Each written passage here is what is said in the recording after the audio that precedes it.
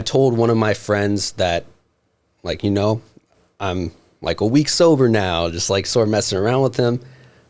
Like not messing around with him, but telling him, because I know he had years and years sober. And his response was, "That's awesome. Come to a meeting tonight."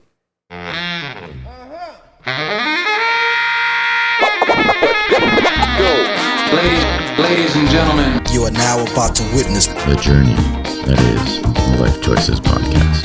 Yeah! Welcome back, everybody, to another episode here on the Life Choices podcast. Today I am welcoming Kyle Appell. All right, There we go. So how you doing today, buddy? I'm doing great, man. How are Awesome. you doing? I'm fan-fucking-tastic. I can't complain. I get to do this pretty much most days that I want to, so I'm pretty stoked about it. Hell yeah. Yeah, so let's talk real quick. We're going to jump right into it here. You have an excellent background in film and in editing, and you have worked with multiple podcasts and YouTube. More YouTube based, Okay. but like consulting for podcasts here and there. But yeah, a lot of YouTube based content, social media based content, stuff like that. And how did you get started in that? Well, back when I was in high school, I was doing photography, and there was a point where I just sort of set the camera down as I was going off to college and wanted nothing to do with media or photography or any sort of art in general. And about 2 years into college, I was pretty much on my way out, dropping out, doing nothing good. And I decided, based on like my environment, all the people I was hanging out with, I wanted to make gold grills, like gold grills. Yeah. Like, okay. All like right. Gold yeah. teeth. And there was only like one or two shops in Tallahassee where I was going to college at FSU that was doing that. And I went in and they're like, "Well, we don't actually make the grills here. We just take the molds. But I see you put on your little resume that you do photography. Can you shoot photo and videos?" It's like sort of like the heavy sigh and rolled my eyes like, yeah, I guess I could do that. And it spiraled from doing photos to doing video work. And probably by the end of that year, I was pretty much dead set on making like photography and videography my full-time career. Interesting. So you were doing it already, and then you were like, fuck it, I want to get away from this. And then it was just brought back to you. Yeah, it just sort of fell back into my life in a way that I was sort of hesitant to take it. And, it just, that the first couple shoots just re-sparked my passion for it. I'm just like, shit, I should have never gave this up in the first place. Or you should have, because you were able to step away from it. And then when you returned to it, it just kind of like gave you that affirmation that like, fuck, this is what I like doing. So yeah, let's go down this road and see what happens. Like a, if you love it, let it go sort of thing. Right? Yeah. And now you've been doing it for how many years?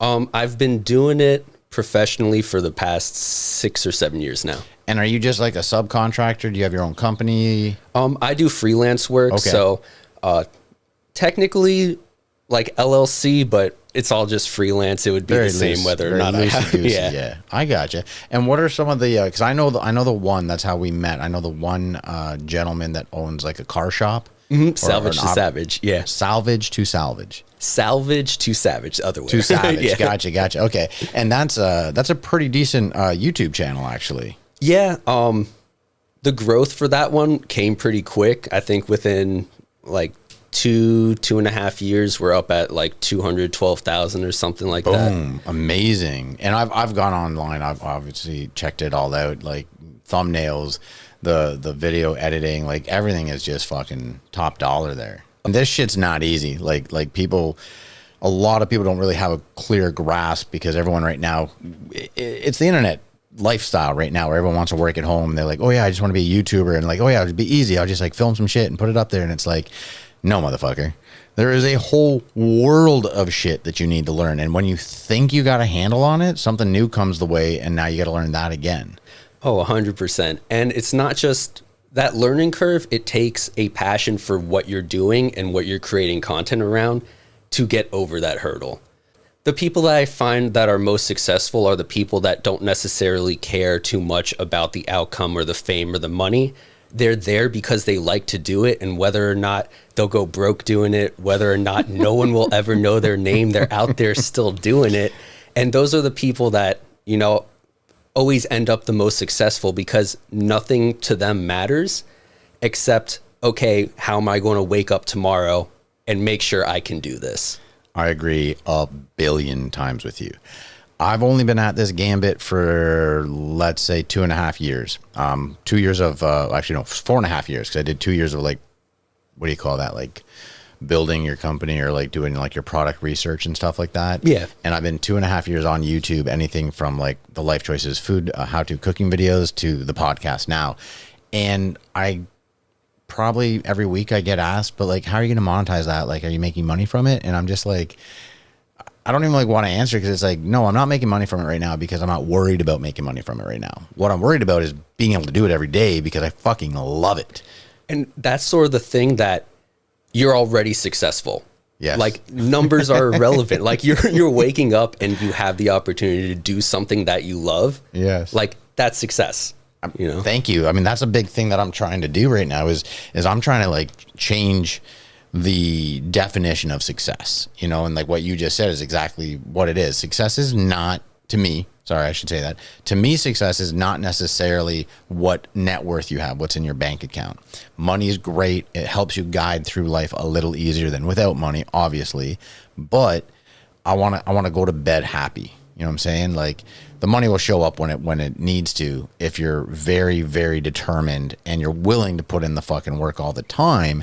And if the work is fun, I mean, it just becomes easier. Yeah. But there's always the not fun work that we have to do. Like, we talked about this off screen just a little bit ago. Yeah, it's putting in the hours doing the difficult stuff that has none of that dopamine payoff. None. I can't tell you how many times my ass gets numb in that fucking chair, and I even have like I don't even know what you call it, a Tempur-Pedic fucking ass pillow. You know what I'm saying? Like, I cannot sit on a piece of wood for that long anymore. So when I'm editing and doing all that, like clipping and stuff like that, I'm like, oh man, moving like 100 times. And then I'm like, when it's all done, I'm like, fuck yeah, I just scheduled like 3 months of content. And then all of a sudden the dopamine comes in, because then I'm like, fuck yeah, I can relax. Well, not really, because I got to go to work now. Yeah. So I want to dive in a little bit with your back history. We had this lovely conversation a few months ago when we met up at Starbucks. And I got to learn a lot about you that I didn't know, because I only knew of you through my people here. And then we ran into each other at I always forget the gentleman's name. Jesse and Brennan from Quality Handmade and Hexmoto. There you go. And they were doing like a bike rally. Mm-hmm. They do like their bike night. Yeah. Yeah. And I saw you with the big gear filming and whatnot. And we chatted a bit there. But then when we met, you know, you kind of like divulged some personal information about I guess addiction, I guess we could say, right? Yeah. So do you mind if we dive into that a bit? Of course. Okay. How old were you when you noticed that, you know, there was a path that you were taking that might not be the best? Well, the thing is that I have found, I never really acknowledged it until I decided to get sober. Okay. Because it's one of those things where, especially when you're in it, you can attribute all your issues to everything in your life except for yourself. And whether it's drinking or drugs or anything like that, it's very easy to say, you know, the stresses and the issues in my life are not me and the choices that I'm making. You know, it's my job or it's the people around me. But yeah, when I decided to get sober was probably the first time that I looked back from the age I was probably like 16, 17, doing the dumbest shit. Like, it's a miracle that I'm still here with some of the decisions I was making. But it's one of those things that until I decided to put that behind me and reflect on it, you know, I didn't realize how much of an issue it really was. I hear you. I think we've all, most of us creatives, I think, have dabbled and more than dabbled in different things like drugs and alcohol. And it's fun. Like, I'm not going to lie to anybody out there. I had a great deal of fucking fun. I did start very, very young. I think I might have told this story before. I was September going into grade 8. It was the first time I did hash. and I'm not gonna say my buddy's name, but my buddy, we were at Temple. Okay, we were on like the holiest day of the year, right? I think it was like Rosh Hashanah, and my buddy was like, "Hey, do you want to go try hash?" And I was like, I mean, I honestly didn't even know what the fuck it was, but I was like, "Sure, yeah, why not?" And we went to the forest and we did bots. Do you ever do bots? No, I don't think so. So bots is I don't know. I've asked Americans about this before, and I think maybe it's a Canadian thing. But you basically take your hash and roll it into little beads, right? Like little tiny beads, and you get a cigarette. Which of course I was already smoking cigarettes back then. You know, it's grade 6. I started smoking cigarettes like a fucking idiot. And so you get the heater nice and red, right? And you have to have I think we had a Snapple, a glass Snapple bottle. And you rub that like on, I'm teaching people how to do this. And you rub this on that's why we hit not made for kids. That's why you have to hit that disclaimer when you schedule your fucking YouTube. Get yourself demonetized. Absolutely, right? Like right away. So anyhow, you get this bottle, there's a hole in it, you tap the bot and you put your cigarette in there and the stream of smoke comes up and then you take it off and, you know, boom, done. And it's similar to hot knives. Absolutely. Yeah, exactly. We're not the first podcast to talk about drugs. But yeah, so like that was like my first experience. And then from there it went downhill because I was like, before I even entered high school, I was smoking weed, hash, acid like a motherfucker in high school, like so fucking dumb. And then obviously in my 20s was when I got into the serious shit. And I'm sure you were probably tiptoeing around this. Like there's a couple situations where, you know, thank God I'm still here. Yes. Yeah. And it's not even necessarily what I was doing. It was what I was doing in conjunction with all this, with all like the substances. And it's just, especially when you're at such like a young age and impressionable age, you don't have any of the life experience necessary to say like, hey, this is a bad decision. You know, like you can have like amazingly involved parents. My parents were amazing. But you don't have the cognitive ability to say, hey, like maybe getting blackout drunk and driving isn't the greatest not the best decision, right? Oh yeah, as a teenager. 100% not. And it's one of those things where, you know, it's a bad idea, but you're just going to be reckless and, you know, because you don't have the life experience. You don't see the consequences. You know, you can have someone tell you about the consequences 100 times, but I just happen to be one of those people where I need to feel those consequences to say like, oh yeah, that never again. It was two separate incidences that happened relatively, actually no, they weren't really relatively close to each other. They were a couple of years apart, but two situations that kind of made me wake up. And I was in my early 20s. You know, I was still fairly young, like you're saying, like this was not developed yet, like not at all. And I didn't have Jiminy Cricket on my shoulder. You know, when someone asked me if I wanted to try something, I was like, okay, sure. I didn't drink a lot when I was younger. That didn't start happening until I was like in my late 20s and definitely in my 30s. But the drugs were just kind of like, I did all of them before I was 25. And by the time I was like 27, I was already making my decision as to what ones I don't want to do anymore. Totally fine with anything natural.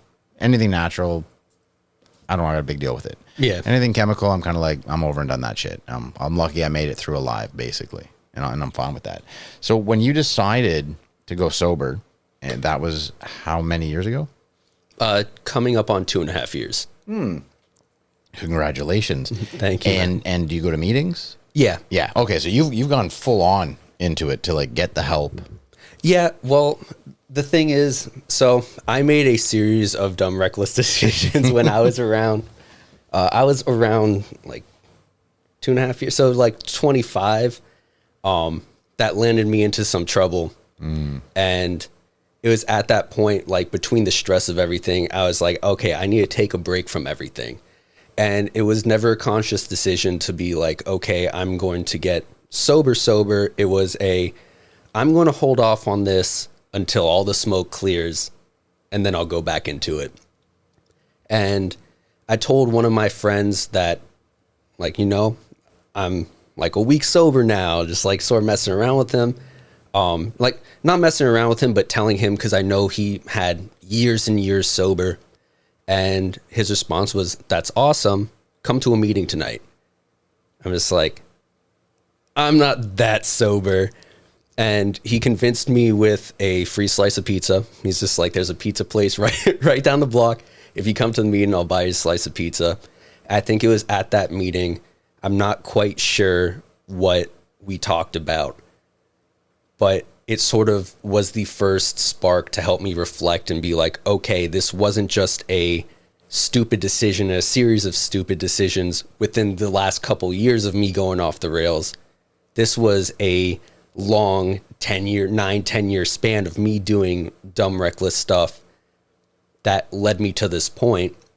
And so as I got farther into my sobriety and started sort of reflecting more and doing more self-work, I sort of found comfort in being more in control with myself. Okay. And you reckon like the apprehension of going to a meeting, it almost makes it too real. Yeah. And I mean, part of that apprehension was the fact that, you know, when you think of an AA meeting, you think of someone who like, why'd you go to AA? Like, oh, the court's making me go to AA, or, you know, like I lost everything and AA is my last hope. So for me, I didn't feel like I was at rock bottom. I didn't feel like I lost everything. So part of me was like, I felt like a fraud going to AA. Like, I'm going to sit amongst this group of people where, you know, they have it a whole lot rougher than me. Like, what am I going to say? Like, what am I going to say at this meeting? But going to that first meeting and like the subsequent meetings after, within that first month, being surrounded with those people, I realized I had a bigger problem than I thought I did. But not just that, you don't have to lose everything to want to make a positive change in your life. You know, you don't have to get to that point to say, hey, I need help and I need to surround myself with people that want to help themselves as well, you know? And it's still something I sort of struggle with.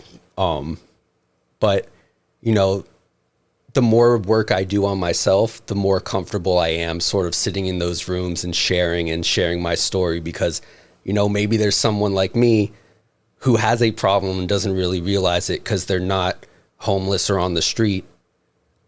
But, you know, if they keep going down and making the same decisions, who knows how quickly it's going to end up there. I agree with you completely. I totally understand your point of view from like, you don't want to seem like a fake going up there and having this, like, this is what I was doing and this is why I don't want to drink anymore, when other people have much like a more magnitude of a story as to what they had done. And, but you're also 100% right. Like, there's hundreds of people out there that don't steal to get their drugs or don't steal to drink every day, but they're there doing it every day and they just don't know how to make that first step. So someone that is on the same level as them, from the point of view of, I do need help, I am doing this too often, okay, should I go? Kind of idea. I like that. Yeah, it's one of those things where you think like, okay, if I share and I sound stupid, these people are going to judge me. But no one there that I've found in my experience cares how rough you have it. They care that you're there for the same reason they are, and that's to get sober. Well, you're going to AA, Alcohol Anonymous, Yeah. right? So I've not been to a meeting ever. The whole audience knows that I've dealt with stuff myself for like the better part of 7 to 10 years. And again, didn't steal, you know, went to work every day. I was hungover every day, still did my job, but the moment work was over, it was right to the bottle. And for various reasons, I chose to slow down and then take myself out of that environment. I still drink, you know, not every day. I think I drink like once every few months now, but having someone to talk to is, I think, key. And when you go to these meetings, I believe no one would make fun of you or judge you because of it, because they understand, especially if their story is so much bigger, because they understand where you could go if you don't get help now. So it's almost the reverse, I want to say. Like, they would almost like respect you more for coming in early in your, I say early, it was years, but early in your journey of, it could go to the point where you lose everything. They're probably so happy that you're there and getting the help much earlier. And they probably look up to you because they didn't do it earlier. Yeah. I have found that just the community surrounding it is that it's a lot focused on present, you know, there's step work that does a lot of focus on the past, like making amends and everything like that to people you've hurt, and sort of reconciling with yourself and with like other people about like what you've gone through. But a lot of it is living presently and making sure that you're making those decisions. So, you know, in living presently, none of those guys really care essentially where you've come from. They're just there to make sure. They're not there to make sure, but they're happy when you ask for help, that they want to make sure just in this moment that you're good. And that's like part of the community of it. You're good today. Yeah. And that's what it's about, right? It's how are you today? Yep. And today's a good day. Today's right? a good day. Today's another day I made it through the day without going to the bottle. Exactly. Right. Or the other, whatever else, you know, you or other people might go down. You know, it's interesting because I have a few friends and acquaintances that have come through my life in the past, like, let's say less than 5 years, that openly admit that they've gone to therapy. And whenever anybody tells me in private or amongst a group of people that, you know, oh yeah, I've been going to see this therapist, and right away I'm like, dude, that's awesome. Because like, I mean, I haven't gone yet, but I've been playing with the idea the past like week or two, because like I love the idea. Have you gone to therapy ever? Oh yeah. Okay, so I love the idea of going somewhere where that motherfucker has to keep his mouth shut or her mouth shut. You know what I'm saying? Because it's like, if you're really, and again, this is all assumptions because I haven't gone to therapy yet, but if you're going to dive into that realm and really dive into it, I mean, like, open up your soul to find out why you are the way you are, it's comforting knowing that by law, that person can't share that information. Because as much as we'd love to think our friends, you know, won't divulge information about what you're sharing with them, we're human and it slips from time to time. But I admire anyone that goes to therapy. I think it's a wonderful thing. I think even past therapy, anybody who's just, even if you're just starting off, not even like taking the step into therapy, but just doing more self-work, whether it's, you know, taking a step away and like doing more meditation or self-reflection or anything. I feel as though we're caught up in a world where a lot of it rides on outward appearances and like putting up a facade. So anybody who's taking steps to work on themselves internally, like, that is something big to me. I agree 1 billion times over on that statement, because as a much younger individual, I changed schools every 2 years when I was younger. I've actually never gone to an educational facility for more than 2 years in a row. And that being said, I was always the new guy. So most guys didn't like me because some of the girls did. Because I was the new guy. I was like, I didn't grow up with them. I was new. Exactly. I was different. And then, of course, that attention was taken away from those guys. And then, listen, it was high school was not fucking fun. I'm losing my train of thought. But yeah, so back then I cared a lot. Like, I cared too much about what I was wearing, how my hair looked. Like, holy fucking Christ, the amount of time I spent in the bathroom using fucking gel and dippity-doo and all that other nonsense. And now, because I've practiced not giving a fuck, I'm so happy.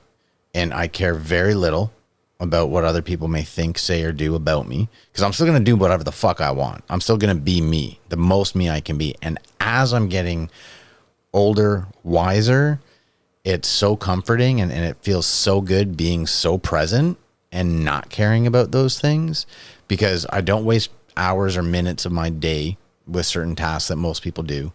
And I just feel way better. And being present is so nice. You know, being aware that, like, I fucking, again, 2 days in a row, I drove home from work and I'm driving in fucking traffic. Now, most people would lose their shit. And I'm driving, but I'm also glancing around and I'm watching the sunset, basically. And I was just like, I was smiling. I'm just like, thank you so much for letting me see this right now. One of the things, when I first got sober, my first sponsor would have me do, and it's a common practice for like AA, was make a grateful list. First thing you do when you wake up in the morning, write down everything that you're grateful for. It could be the dumbest things, like, yo, I'm grateful that my socks aren't itchy today. Just write down a list. And it puts you in a different mindset that, you know, it's real easy, especially when you're in traffic and driving in South Florida. Like, everybody's literally trying to kill you. I think everyone's a fucking idiot on the road. So by the time you get to work, it's hard not to think that the world is out to get you because 8 people almost sideswiped you and then flicked you off on the way over. So putting yourself in a mindset where you have a list of things that you're grateful for, it makes you think, okay, like I have a place in this world. This world likes me because I have this entire list, you know, like I woke up with a roof over my head. I woke up with like a text from my best friend. I woke up with a job or anything like that. And it's just like, I woke up just that. I woke up, and it's like, it makes your entire rest of the day, you see it in a different light. Living a life of gratitude will change your life for the better. There's no question about it. Steve Harvey has like a thing where he lists off like 50 things that you should be grateful for. There's so many things, there's so many other people out there. Like, how many unfortunate children are in a hospital right now wishing they could be you, wishing they could be me. You know what I'm saying? Like, how can I not be grateful for the life I have right now when I know there are hundreds of thousands of children worldwide not going to live to see teenage years? So yeah, living a life of gratitude is unfucking parallel to like, it's just amazing. Absolutely.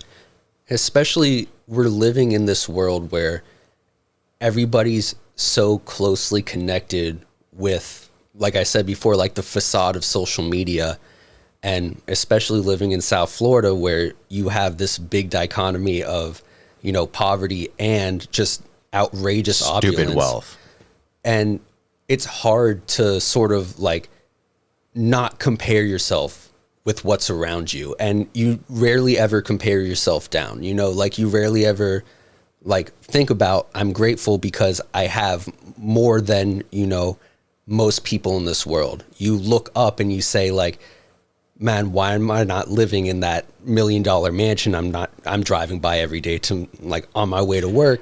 I flip side that. I use it the other way. Like my boy TJ and I will actually like we'll drive over to the island and like check out the houses. Be like, oh dude, check out this house. Or like Cameron and I, like you know, we've been in the boat before, like going on the intercoastal, and we'll just go up and down like the laneways and we'll see these houses because we're admiring like the architecture and what it looks like.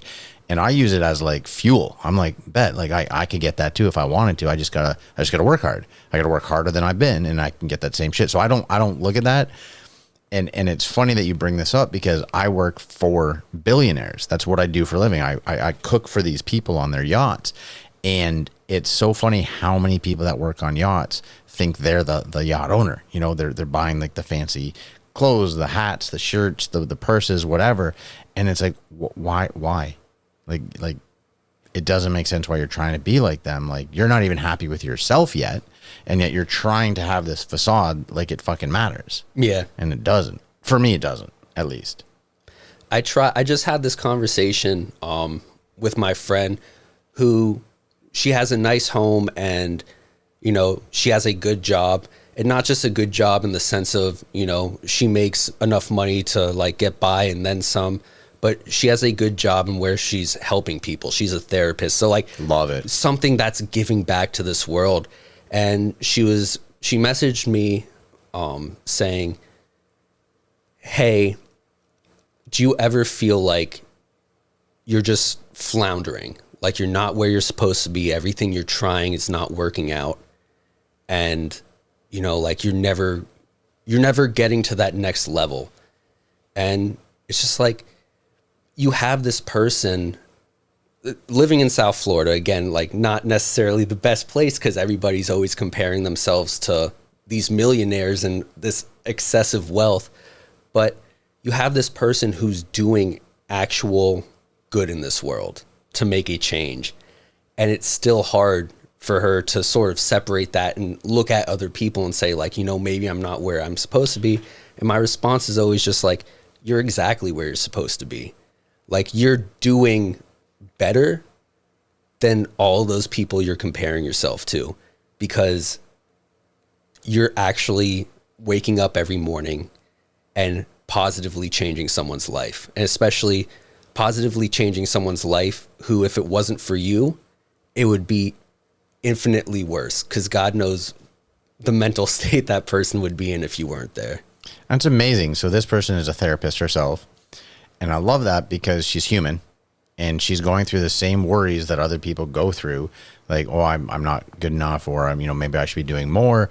But yet what she's doing is literally helping other humans navigate through this completely bizarre thing that we're going through called life.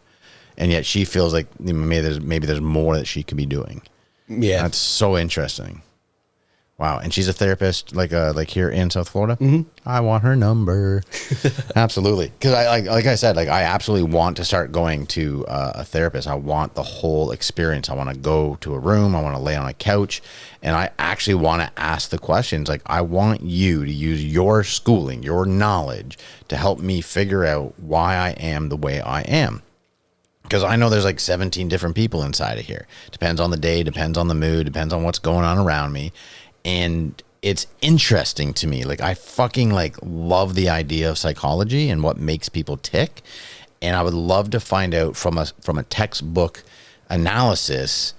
I'm talking like opening up all the information to someone, like telling them all my fucking skeletons and everything to find out why is it that I do this all the time when I know that's going to be the outcome, but yet I always find that I end up doing that. I've seen the Netflix documentary of I'm going to forget. Jonah. He was in Superbad. Jonah Hill. Jonah Hill. Have you seen the documentary where he actually has his therapist? I've seen it pop up on my feed, Dude, but I haven't watch it. Oh my God. I have the book here somewhere. Right there. The Tools. So I watched the documentary, and his therapist wrote this book in conjunction with someone else. And as soon as I watched the movie, I cried during the documentary. And then I went and I bought that book and I read it. And it's fucking genius. He is like an out-of-the-box thinking therapist. And he actually gets you or shows you what tools you need to help yourself once you're done with therapy, basically. And these little tools that he talks about, it's actually like every single, it's a never stopping practice. You have to practice all these tools all the time to live successfully. You could go to therapy once a week or once a month or every other day. But if you leave that therapy session and just block it out of your mind, you're never actually going to grow because you're just in there for the hour working. It's the same as a personal trainer. If you have a personal trainer once a week and the only time you do the work is once a week, you're fucked. Yeah, you're not going to see results. Maybe you'll be marginally better, but the only time you'll actually grow is when you're taking those tools and everything that they're giving you and practicing it on your own time. In your own life. Absolutely. I had major anxiety and major depression, and it manifested itself in an eating disorder. Damn. Yeah. So. And then drugs and alcohol. Yeah. So my thing with drugs and alcohol, it's almost like it was the same issue, just manifesting in a different way. And again, I was young, 17 years old, where I don't have that self-reflection. I'm not doing that self-harm that I was doing when I was in therapy. So this must be all right. But it's the same numbing I was doing as what I was doing in therapy. It's just, I could reconcile that with myself as it's not the same thing because it's physically not the same thing. Well, we always try to make sense out of why we're doing what we're doing. And we always mask that with bullshit. Just to make ourselves feel okay. I mean, the amount of times that, I was like, okay, tonight after work, I'm going to go home. I'm going to go to bed. I'm going to have a good night, whatever. I'm not going to go to the bar. And I shit you not, I'd be sitting in my bed for it'd be 7 p.m. I'd be sitting in my bed and I'm only 5 blocks. I could walk. I walked. And then I'd be like, well, I'll go to the bar. I'll just socialize a little bit with my buddies who are bartending. I'll just have 2 drinks tonight and I'll be fine. 2 in the morning, I'm going home. I'm fucking gone. I don't even know how I didn't get mugged because I know the sidewalk didn't go like this, but I was walking like this the whole fucking way home, and I would pass out and the alarm would go off and I'd have to get my ass to work and I would be hung the fuck over. But yeah, we make our own excuses. We just make any excuse possible in our head so we can just go back and do it again. Because especially with drugs and alcohol, it's, if you have an issue like that, it's masking something. You're not doing it because it's fun. because I can I can tell you firsthand, it's not fun. It's not fun waking up at 11 o'clock knowing you have to go to work. I mean, fuck, I was getting up at like 7 a.m. for work. Oh yeah, I'd be going to bed at like 2. I would have been fired. Yeah.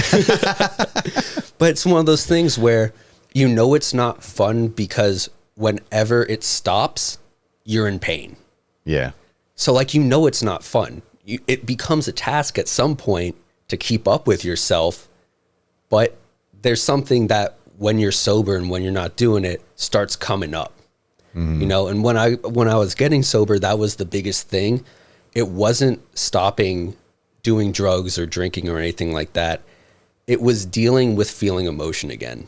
Okay. That I could easily, before I was drowning out by drinking, you know, I didn't have that now. You know, you have no way to divert yourself. So you have to face those. You have to face the consequences of your actions. You have to face, you know, your internal thoughts and everything that you have been sort of shoving down for all those years comes back up. And I think for me, that was the hardest part of the process, at least at first. This is the scariest place to be. Oh, I think 100%. if when people can finally admit that to themselves, that this is the scariest place to be, because this is who's the toughest on you at all times. And having to confront the truths about yourself in order to become a better human being for yourself, that in itself is like so fucking difficult and so scary. But when you make the decision, right, and you finally do those little steps in order to like get moving, it's almost as if you're kind of like, is this going to get easier? Am I not going to need that vice? And then eventually, God willing, you get to that point where it actually is easier, which 2.5 years later, it's not done. Oh, no. But it's easier. I don't think at 2.5 years, I mean, I'm new to this at Right. 2.5 years. I don't think it gets easier, but you get better at finding the correct solution. Okay. You know, you don't run from conflict or problems by drinking anymore or doing drugs. You know, you don't run from yourself or negative emotions by drinking or getting drugs. And you've, especially with AA or having a sponsor, you don't run from anything. When you have those feelings come up, you have someone to talk to. It's essentially like therapy, but more with your peers.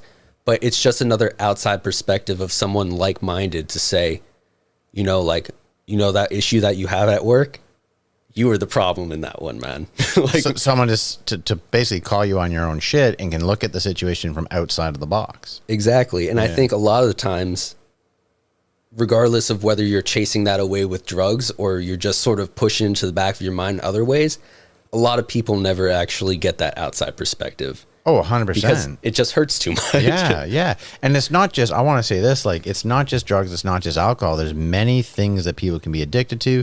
There are those people that are addicted to sex. It's just like they have to do it in order to feel better. I love what you just said there about you eventually don't feel the need to deal with your anger or depression with going that route, whatever your addiction is.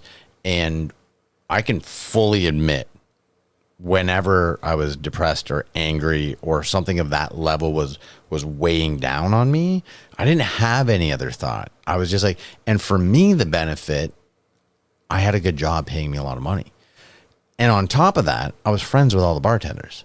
So my bill at the end of the night was never really that big. And I had cash in my pocket, so I was never worried about that. And they always had what I wanted. Pint glasses of Jack Daniels. And it was the easiest thing because, again, even if I was like, I wasn't okay with being alone. Now, I'm not saying like without a girlfriend. I'm saying I wasn't okay with being alone by myself back then. That when I laid in my bed, because I didn't really hang out with my roommate, I just watched TV in my room. I just couldn't sit still. And I was like, fuck it, I'm just going to go to the bar. And even at the bar, I'm sitting in a chair by myself. Bartenders there occasionally talking to you, but they're busy working. But once I got there and I had that first drink, I was like, all right, I feel good. And that's so fucking mental.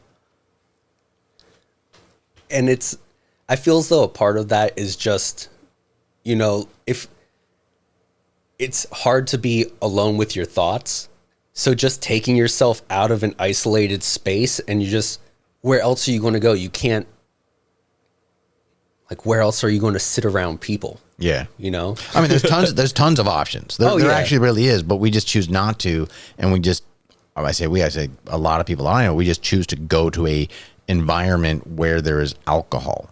You know, I could have gone anywhere. I could have gone to a fucking, I'm trying to think of the places now that I could have gone to that didn't have alcohol, but everything I'm going to say has a bar. You know, I could have gone golfing, but the clubhouse has a bar. I could have gone go-karting, but I'm sure there's a bar in that place. But you go to the beach and don't take alcohol with you. You know, like there are options. Yeah. But we just choose not to. Oh, yeah. Yeah. Life doesn't change. I mean, there's always going to be ups and downs. What has changed is my ability to handle that. Okay. Know? So do you reckon you've come more in tune with how you react to your emotions? Definitely. Yeah. Because, I mean, before, especially at my worst, I would never deal with it. Okay. You know, I wouldn't have to have emotions, essentially. Right. It was either, you know, happy, angry, or drunk. Happy, angry, or drunk. Or all three at the same time. I was just about to say, there were nights where I was all three people came out that night. But, you know, like, there was nothing in between. You know, if I was happy, I was getting fucked up. If I was sad or angry, I was getting fucked up. But there's so much in that spectrum in between that you miss when you're masking all those extreme highs and lows with alcohol, you know? I'm so grateful that I have the ability to be aware of how happy I am when I'm not saying that I don't do drugs anymore. I'm not saying I don't drink anymore. I'm just saying that most of my days are more sober than not. And my ability to see how happy I am, to see how productive I am, to see how wise it was for me to make that decision when I did, to step away from constantly doing it. And I have that ability that I can say no, which not everyone has. Like a lot of people, when they go to AA, they don't have that ability. And if they have that one drink, that's going to downslope into a whole lot of shit. More times than not, my ability to say no was very, very little. weak. Yeah. And even if I was relatively responsible too. Like, you know, I wouldn't show up to work drunk or high for the most part. Maybe hungover or a little stoned or something like that. But it was never that bad. But my ability to control myself, once I took myself off that leash, you know, like my responsibilities for the day are done. There was no, I'm going to have like a beer or two. No, it was full on. It was full on. Yeah, I agree. I mean, I would have on average about 12 pint glasses. I don't know how to drink slowly. Like, I'm at the bars still to this day. When I go out with my friends, I notice that when, like, the first sip is hard because everyone here in South Florida, they just look at you and they just go like this with the fucking bottle. They just pour it and just, they're doing you a favor. Like, here's the whole fucking bottle in a glass. The first sip is a bit tough. Second sip is a bit tough. But once I get through that first glass, the next glass just goes by real quick. And I can maintain, because nobody knows when I'm hammered. And I drink really, really fast. And I notice, like, my buddies will have like I'll have 3 drinks. They won't even finish 1 beer. That was always me. And it doesn't matter what it is at this point anymore. Like, it could be a soda in a cup or a beer or a mixed drink or just a straight glass of whiskey. It wouldn't matter what you put in front of me. Like, exactly what you said. By the time my friends were finished with one, I was on my 3rd or 4th. It's weird though, because like I said, like I drink only once every 3-4 months now, and it's with my boys. You know, we'll go, like, when I'm away, like on the boats, like, and I could be gone for months at a time, I won't have a single sip of anything, like nothing. And then, you know, my buddies might be like, let's go out tonight, and just randomly, like, all right, let's go. And as soon as I have 1 drink, I know where the night's going to go. I know if I go out, I'm coming home at 2 a.m. First off, that's just what happens with my boys. And secondly, once I do start getting a little buzz, I don't have an off switch. So I'm just like, fuck it, I'm just going to keep drinking. And then I don't know what it is. There's something inside me just wants more. And that's why I know I can't go out all the time, because I will literally just go down to the bottle. I have the willpower to stop. Mm-hmm. I don't have the willpower to regulate. Okay. I can agree with you on that. Yeah. there was a period of time, and I go through all these different phases, I guess, where like I would go out and I would just order a bottle of water. That was it. Because when I'm out in that atmosphere, I it's that habit of having something to drink that I need. I shouldn't say need, but that's what I want to do when I'm out at a bar. But with the alcohol, it's hard when someone's like, hey, let's just go have 2 drinks. In my head, I'm like, yeah, sure, let's go. And in my head, I'm like, 2 fucking drinks. Like, let's be honest. Not going to be 2 drinks. Because for me, 2 drinks is done in like 5 minutes. And then it's like, whoa, he still has half his drink, so I can have one more like, before he's done, right? And then it's like, he's like, I'm going to have one more. I was like, oh, perfect. Yeah. And then I'm on 5, you know? So the regulating of it, I've not been the best. Been pretty heavy topic. Podcast full about alcoholism and drug addiction. Better now, obviously. Doing good. Yeah. Yeah. You're fully functional human being dealing with life on a regular basis. Oh, 100. Functional is relative, but yeah. Right. Yeah. But I mean, we'll bring it back to what you do for a living. Like, I mean, I've seen all of the high quality footage that you take. I've witnessed you filming. I think it's fucking cool. Your setup is way cool. The YouTube shows that I've seen that you do are absolutely phenomenal. Thank you. You know, and then we've even had conversations where you've kind of given me like a path to go down to get better at what I'm doing. So I'm so grateful for that. What is there a website? Is there a handle? Right now, my most current thing is my Instagram at KAMEDIAPRO. Perfect, and that's down below in the description. You guys can all get that if you want to reach out. And you go to AA meetings regularly. Mm-hmm.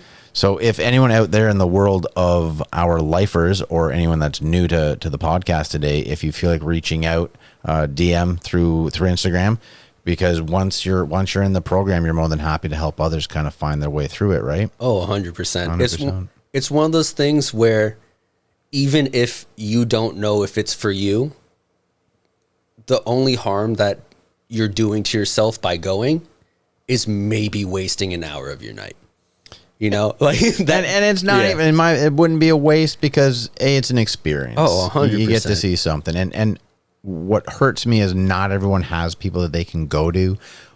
I think we're very fortunate because you found your way to a meeting. I'm very fortunate because I have people in my life that I can say fucking anything to and won't get judged. So that I'm very, very grateful for that. But if anyone out there does want to reach out to Kyle for help in the direction, if you feel like you're drinking or doing drugs too much, he's more than willing to help. And then you do freelance, obviously, like you said, for filming and editing. And then photo work too, and publication work and everything like that. Okay, so you're all around creative. Yeah. Yeah, I love it. When I get my new studio set up, you'll come by there as well, because I'm going to be doing a couple of different platforms of podcasts. We're going to have a multi-person podcast going on, and still the one-on-one, I don't call it interviews, conversations that we have. And I would love to pick your brain because you are so knowledgeable about equipment and IT and all that sort of stuff. So I want to thank you so very much for coming by today. This has been a deep conversation about a heavy topic. I'm so grateful that you're willing to give all this information to our viewership here today. It's always, I want to say fun because it's also somewhat uncomfortable, but it's always nice having like somewhat uncomfortable conversations that make you step out of your comfort zone. It's one of those things where you need to talk about it, you know? Yeah. So thank you for having me on, man. It's a pleasure, awesome, dude. Experience. Like, I don't know, we connected like the first time we met, and it's just been a really comfortable building of a friendship. So I'm very appreciative of you and what you came here and talked about today. So thank you. Here. Thank you for having me on. Awesome. Man. So once again, to all my lifers out there that come by every Tuesday at 2, and to all the new joiners here on the Life Choices podcast, all of Kyle's information is down below here if you want to get hold of him. All of our information is down below as well. If you want to be a guest here on the podcast, shoot me an email. If you want to listen to us on our audio platforms, they're listed down below as well. If you want to let us know what we're doing good, and even more important, let us know what we're doing bad, just leave us a comment, please. I'm really trying to get better at this podcast situation for you guys out there. And hopefully you'll come back again next week, Tuesday at 2, to see us here on the Life Choices podcast. Much love, everybody.